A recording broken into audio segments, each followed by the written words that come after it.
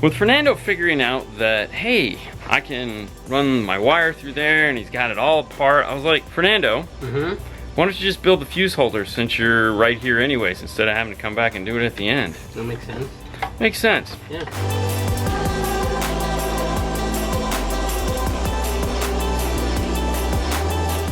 What have you come up with? That's gonna be like a T. My fuse hole is gonna be here, and we're gonna attach it to the factory bulb over here. You're gonna mimic what the factory did and just have it sit over the top of the battery. Right, yes. Use the factory hole. Have to drill any holes in there. We're gonna put a lasered panel on it? Yeah, we're gonna do something in here. Nice. If you're gonna be doing any form of laser work or CNC work or anything like that, you need a good pair of calipers. And we have a couple different sizes depending on what we're working with, just to keep it not so cumbersome. We're gonna need to make a square that goes right here on this piece. With the software, just grab the square tool and we'll drop one on the page. On length the sizes, we don't need fill. And the first measurement, which is the width here, needs to be 1.37. And then he wants it the full length here, which is going to be 2.87. And this is our working size. Zoom in a little bit. All right, Fernando, what do you want on this? The audio control and the 5-star logo. I don't know if you're gonna put the focal all the way in the bottom. Drop XY lines on here. This will help us center everything up as we move forward. I'm going to copy this and repaste it and drop it back into place. Make it a little bit smaller, but for that I want to turn the linking back on. That'll give me a little bit smaller area. I want the two to match. Now this is just going to be a guideline. Anytime I use a shape as a guideline, I turn it a different color than what I'm working on. And the reason why I need this guideline is I have to create screw holes. And that guideline, this shape now gives me the perfect guideline for the circles. I can go back to this, it's highlighted, and turn it off. And now I have 4 circles, 4 screw holes perfectly lined up on the page. You'd like a 5-star logo on it.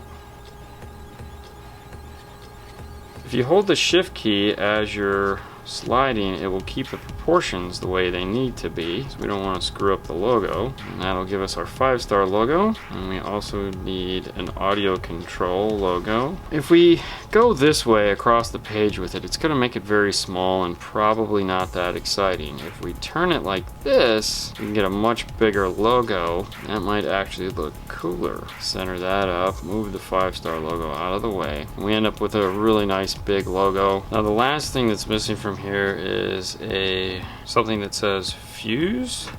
For this we can change the size if we want, because it's not a logo, so we can make it look and act the way we want it to. If I want to move the 5-star over some more, I can, which will give me room. That's the basic idea of what he wanted on the fuse holder. Lasers need an SVG file. It's like a Betty Crocker oven, just with really cool stuff. Here we go. This is designed to mount right here like this. Bigger logos look way nicer. We'll get him to mount the fuse on here so we can see what it looks like in the car. There it is, all in place. Power wire comes from around, down, into here, out, and underneath. This is the factory cover panel. There's a spot right here where to bolt into. This is attached here to this factory bolt. This looks gorgeous, but the only problem is it's all gonna be covered. That is correct. Like, I don't think anyone's ever gonna see it. Nope. No, I guess you will see maybe a little bit of it. Yeah, you'll get to see just a touch. Probably. But the fuse holder is in and done, which is unusual. Normally this is like the last thing to happen. Today it's just not. Hey, sometimes you gotta change it. It's that time to where we get to put the speakers in. We're going with the Focal plug and plays. But let's take a look at the factory speaker first and see why we'd want to replace it. With the door panel off, we have access to the new 6x9 located here. If you'll notice on the plug, there is 4 wires. 2 of them are inputs, 2 of them are outputs that come up to this wire here that goes to the tweeter, which is mounted in the actual door panel itself. Once Fernando pulls that out, we'll take a closer look. look at it. But this is the speaker that we're going to be replacing. If you'll notice on it, it has this piece of foam with this line. This is where the factory door panel attaches to it. This is the fast ring. So for those of you guys like, do I need fast rings? Well, the factory has one, and you're trying to be better than the factory, so I guess that answers that question. We're gonna pull this out of the door. We'll head over to the bench and take a look at the focals and compare them to what we're taking out. These are the Focal plug-and-play IS4 960s. Up at the top of the box, the first thing you'll find are some little sticker plaques if you'd like to stick them on something in your car, and the owner's manual. A top box, middle box, bottom box. Inside of each one of the two bottom boxes are the speakers. They're going to just slide out. Removing them from the bag, the first thing you'll notice is there's this piece of foam here.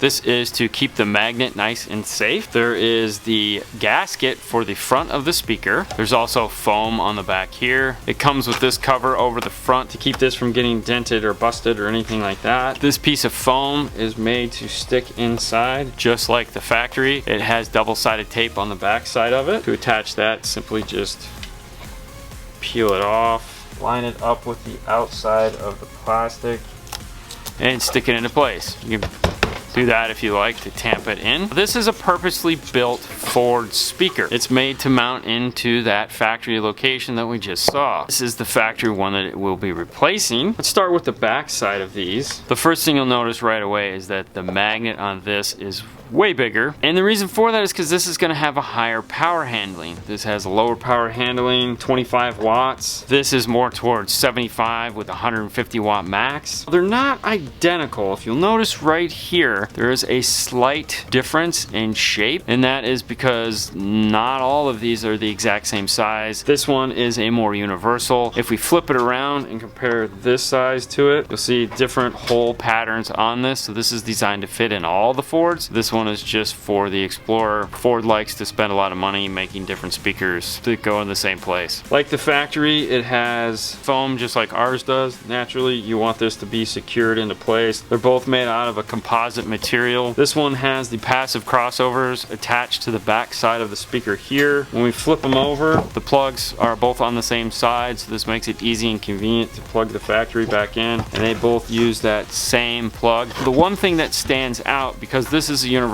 Ford fit, if you'll notice, this speaker is a little bit deeper than this speaker. This has to fit in more applications than this one. And my guess is they're trying to squeak out just a little bit more bass out of this. We don't have to with this one. We just went with a better design in the first place. This is a foam surround with a paper cone. This is a rubber surround with a cloth treated cone. As far as the weather resistance go, this is obviously going to handle water and intrusion way better than this thing is going to. Eventually you are going to be replacing this. Voice coil size between the two is also substantially different. The voice coil is this size right here, which is maybe an inch. This has 1.25 to 1.5 inches. Way better potential with this speaker for sure. But that's why we're replacing them. And that was the top box that we removed. Inside it, you'll find your two Focal metal tweeters, all your bracketry and harnesses. This is kind of a universal bag as far as like parts. So they give you rivets. Some of these cars, not Fords that I've ever seen, do have rivets that hold them together. I think Focal has just decided they're gonna put these in everything. They are cool because they do say Focal stamped on the rivet. Kind of a neat thing there. These are the mounting brackets for the tweeter to hold it into the door. Bag of screws. They have two different clips for the tweeter. These two here, which are little, which I think these are the ones that it is, and a bigger set here. These are extensions. The reason why we have these, sometimes this will get mounted and this clip will actually be up here. Obviously your factory's not going to reach over to this side, so they give you these extensions here that you can plug into this and then plug in up top here. Focal thinking a little bit, which is nice. We have another little bag, little parts bag here. These are the screws for these brackets so that we can attach the brackets to the back of the tweeter. The tweeter comes with a hard plastic covering on it. You can see I wouldn't be able to do this if it didn't. The reason for that, it is a metal tweeter. It doesn't bend, it doesn't flex. You can't accidentally touch it or anything like that because you will permanently damage the tweeter. Think of it as like an aluminum can. If you put any crease or anything like that, it's going to stay there forever. It does have a dampener on the front, which is nice because that keeps you from putting your finger on it. However, I like to keep these on. As you can see, they'll kind of clip on as long as humanly possible. There is a left bracket and a right bracket that not every install is going to need. These definitely are needed if you're doing like a 8-pillar F-150. But for this, the factory tweeter just pops out. It's got these little antenna looking things here and a couple clips along the side. As you can see, it's a soft dome tweeter. It's cloth. It's what it is. It's just not that exciting. It has a capacitor on top of it. It is this small plug here, which is great. This has a positive and a negative on top of it. Silver is going to be negative. Gold is going to be positive. Clip them on like that and clip it into place. This is going to just snap into the factory location. The crossover, just like on the factory, is already in line, and that's what they mean by plug and play. You can unplug these, snap these in, and plug them in, and you can start to play immediately. And this is what the tweeter looks like mounted into that factory location. And this is the final product once the speaker is put into place. Fernando has added some sound treatment to around this mounting location, as well as behind the speaker itself, and also into the door panel, because we don't want any of this to rattle. One of the concerns I had was that this was kind of loose and I don't want it to get pulled off. He soldered these connections into place. The only thing left to do on this is to snap it back on and of course get to the rest of the doors.